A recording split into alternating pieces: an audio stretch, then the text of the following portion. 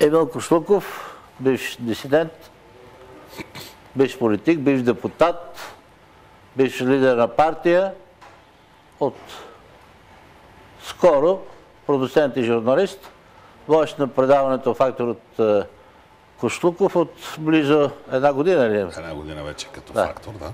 И след една година носител на голямата награда за телевизионна журналистика 2012 година "Свети Влас". За една година голямата награда, изненада ли те това? Изненада ме, не мога да скрия. Не очаквах наградата. Като видях номинираните хора с много дълга кариера в журналистиката, така че за мен е особено ценно признание на фона на тази конкуренция. Един от мотивите на журито беше за това, че си запазил обективност в условията на изострени медийни конфликти или, както някои ги наричат, война. Това за теб въпрос на тактика ли е или на някакви принципи? Аз смятам, че журналистът човек също трябва да си спазва своите принципи. Не мисля, че тези конфликти са полезни за когото и да е. И вярвам, че обективният журналист, обективното предаване може да прави добри анализи, добри разговори, добри обсъждани дискусии, без да се налага да ползва такива похвати. Така че по-скоро е въпрос на характер, на мироглед. Така виждаш света, така работиш. Под чие влияние си изграждал тези принципи? Като учиш политология в Съединените щати или от американска телевизия, от българската нещо взел ли си? Разбира се. Тези 20 години съм бил винаги от другата страна на микрофона и на камерата. Сега за първи път застанах от тази. И виждам, че работата е много сложна и много тежка, така че почвам да уважавам по друг начин труда на журналиста. Но по принцип търсенето на конфликта, на жълтото, на скандала не ме влече. Не смятам, че това допринася с каквото и да е за развитието на самата журналистика, на самата телевизия. Не мисля, че е интересно и за зрителите.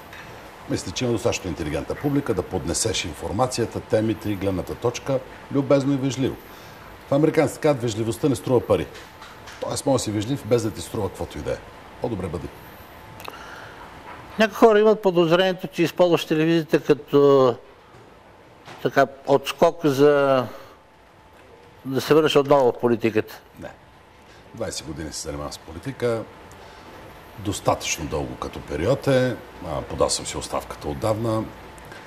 Сега ми е много интересно в телевизията. Един нов свят, научавам различни неща. Ние направихме продуцентска къща, която вече има 10 продукции. Живот и здраве от новия сезон почваме още. И тази работа ми е интересна и любопитна. Привличаме.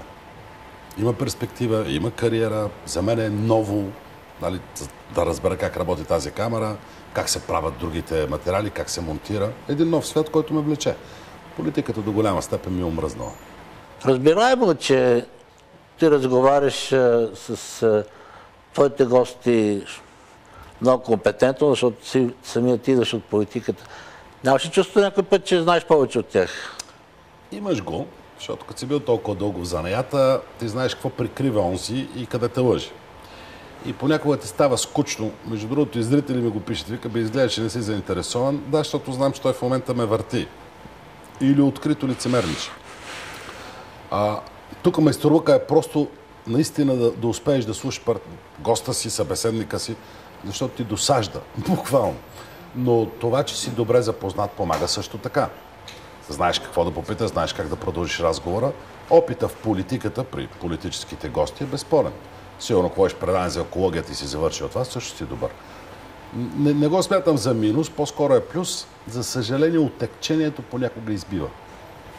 Когато беше в политиката, ти често ли гостуваше в Панорама, бяхме и приятели. Как ти изглежда сега телевизионната кухня отблизо? Много различно, защото тогава, като идвах при тебе, викам, толкова един час имат предаване и като съм те гледал как Олга, Невена пристигаха, ти им даде задачи, те се връщат, па този репортаж, па Бойко гледа, пък Жени търчи, викам, стига да един час имат, сега на стола там в студиото. Никога не съм разбирал труда отзад.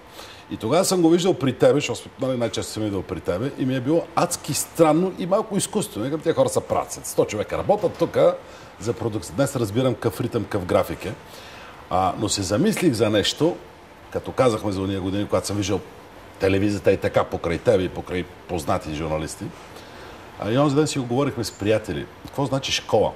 След твоето предаване останаха Олга Лозанова, днес име. Жени Атанасова, днес име. Невена Андонова, днес име. Мога да покажа още 5. Хора, които съм виждал как ти си бил абсолютно на вас с тях приятел, много леко си им дава калите, работили сте точно като екип. Сега да не обиждаме колеги, но други големи журналисти, които претендират да са корифеи. Кажи ми, какво остана след тях? Едно име, което са създали и възпитали. И онзи да се бърборих с приятели, колко важно. Иван Гарелов прави една панорама, мистер панорама. Ма след нея остана школа. От нея произлязаха 5 други предавания. Аз се надявам от No Frame Media, това, което правим, да излезе такава поколение. Защото в крайна сметка, когато си отидеш от екрана, а и от живота, след теб остава създаденото. Ма не само на лента, а в хора.